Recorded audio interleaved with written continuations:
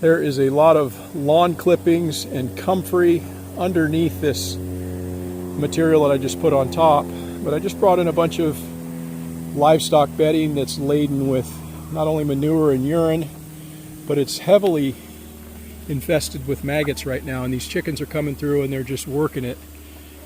There's also a lot of undigested grain from the animals, and they're going to work this pile all day. I've also incorporated some sunflower seed in there, so this is going to be the bulk of where they can concentrate their activity this morning in the chicken yard. And I'll be bringing in more material, just giving these girls something to think about, something to keep them active. One of the things that we've integrated into the chicken yard over the past couple of years is the use of comfrey. And comfrey is just a fantastic herbaceous plant that probably every homestead should have a little bit of, not only for its medicinal benefits, but its soil building capabilities as well. As a soil builder, I use it as a mulch around perennials, as well as I use it directly in the chicken yard to help boost the compost making efforts. I'll also use it as an addition to my compost tea, or if I'm trying to make a compost extract.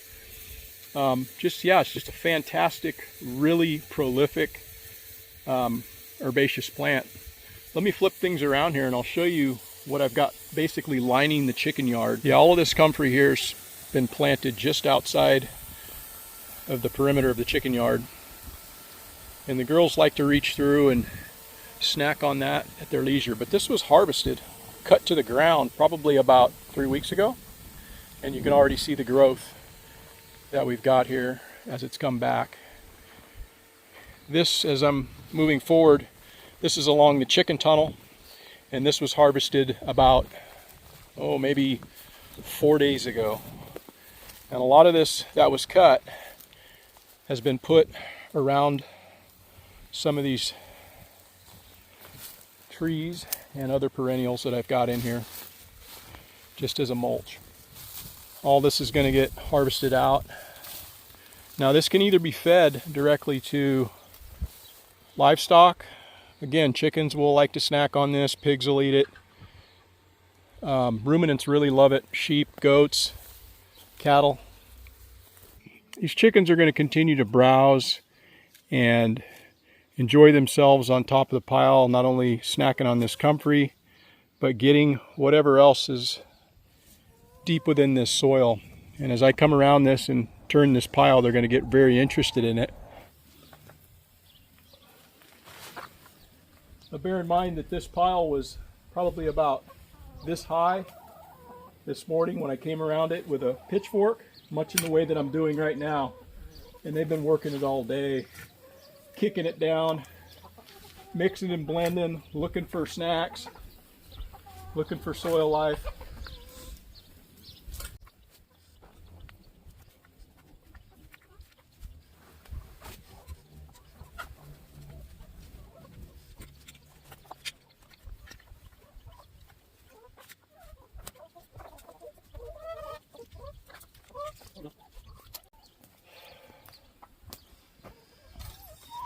Yeah, we get a lot of free food from some of our contacts here locally, and the chickens are more than happy to comb through all of the expired produce and different little snacks that they get.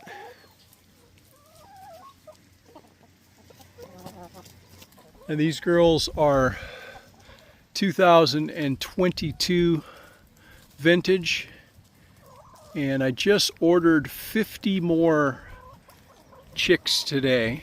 They should be here September 3rd, and those will be the replacements for this crop of birds. But currently right now in the yard we've got 25 hens, and they're still producing pretty well for us, but come this winter they're going to lay up real hard, and I want to bring in some more fresh hens that'll be a lot more productive. So I ordered 25 Novagen brown and 25 Novagen white, and it'll be interesting to see how those two hybrid breeds that are bred for egg laying compare. But we've been very happy with the Novagen browns that we've run out of here for a number of years now.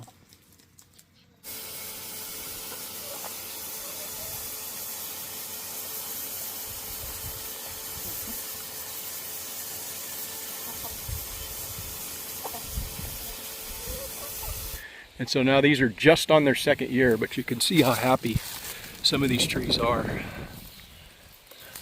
Very happy. Here's another peach that we'll go ahead and pull that off before the birds completely take care of it. The remainder of this comfrey that's lining this chicken tunnel, I'm going to harvest this out here this afternoon and get this around some of these fruit trees in here to get them mulched. This is my tool of choice for cutting out the comfrey, and it's just a foldable side that I got off of Amazon.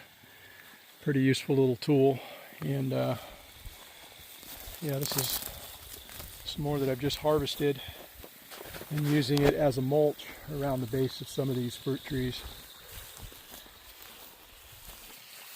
There's a lot of foreign things in here that I actually really don't want to grow, but what are you going to do? It's going to grow where it wants to grow. Things like this sedge, this umbrella sedge, is kind of a really painful and invasive, but there's also some things in here like this yarrow that has decided it wants to take up a root here, and that is something I want to try to encourage. So got to take the good with the bad. This is another flower that I've taken the seeds from and just cast them about. This is a hollyhock, and it's growing in different places in here. So I'll take these seed pods right here once they're mature, which is about right now, and scatter these seeds about, and then they'll just kind of come up in random spots out here. They provide not only kind of an aesthetic beauty, but just it's nice to have something else in here to attract pollinators as well as any other beneficials. Things are really starting to come along just due to building compost right over there with all those chickens.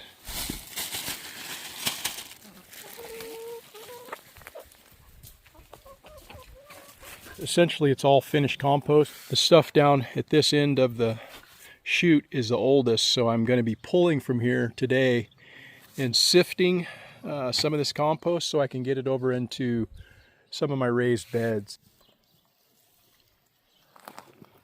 We just harvested potatoes the other day out of these two beds here, and what I like to do is put some compost in there after I do my harvest, and so essentially this is what that looks like from what I just sifted out of the chicken yard. And yeah, you can see a few chunks of biochar mixed in here. Usually anywhere from 1 to 1.5 wheelbarrow loads is usually about enough to top dress these beds adequately before my next planting. Just kind of getting them prepped now for fall. And then I've got these soaker hoses that keep the bed watered for me. I may put some mulch over the top of this just to protect the soil a little bit more. But essentially all of these beds are on a timer with soaker hoses, and I don't have to do any watering. It just kind of comes on naturally as to whatever I have it set at. Yeah, we're in the thick of harvesting tomatoes and other things. These are some of the ones that are probably could work with them, but they have a lot of issues, and just decided to bring them in and let the chickens have their way, and they seem to like them quite a bit.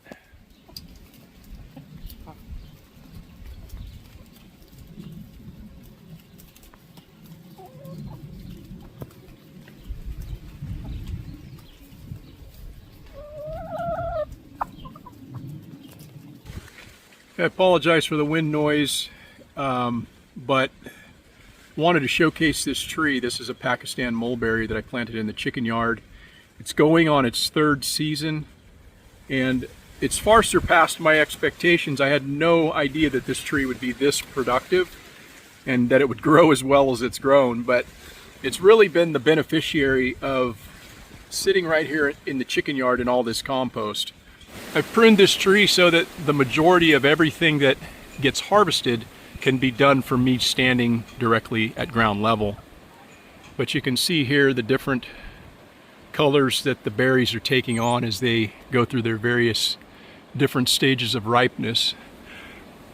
When they get pretty dark, they become very easy to detach.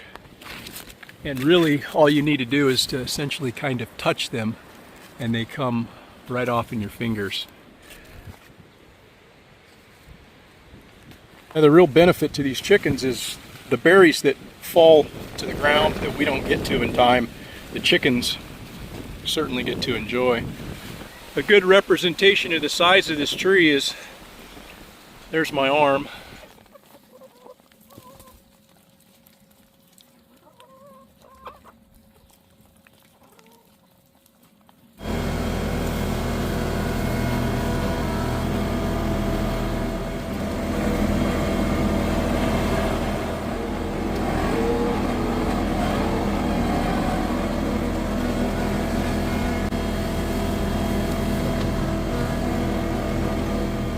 All of the fruit trees in this orchard have been planted well above ground level.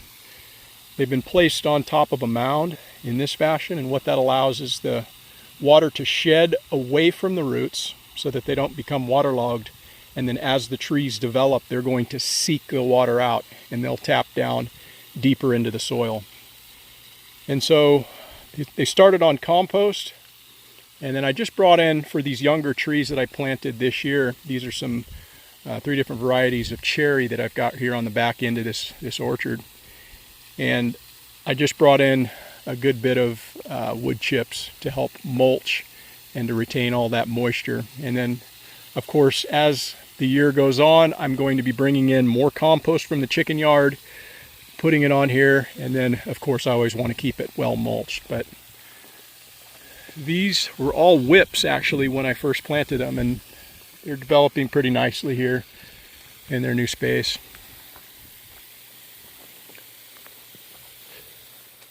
Today's the start of what looks like it'll be an extended period of high temperatures. Today's supposed to be around 108, and then it's supposed to probably get over 110 the next couple of days, which is fairly typical here. Throughout the summer, we get several periods that'll be over 110. These Novogens have historically done pretty well for us. We've never really had any heat-related deaths or loss of these chickens as a result of it.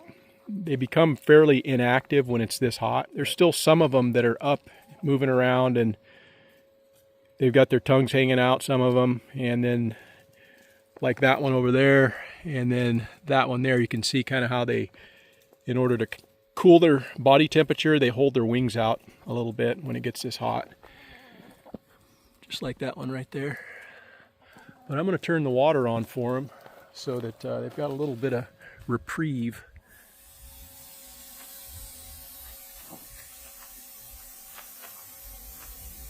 Wanted to show some of the things that we're doing around here with some of the materials that we bring in free of charge, and how we integrate those into not only growing our soil by making compost, but utilizing some of the other organic material as mulch to help protect the soil and build life within the soil.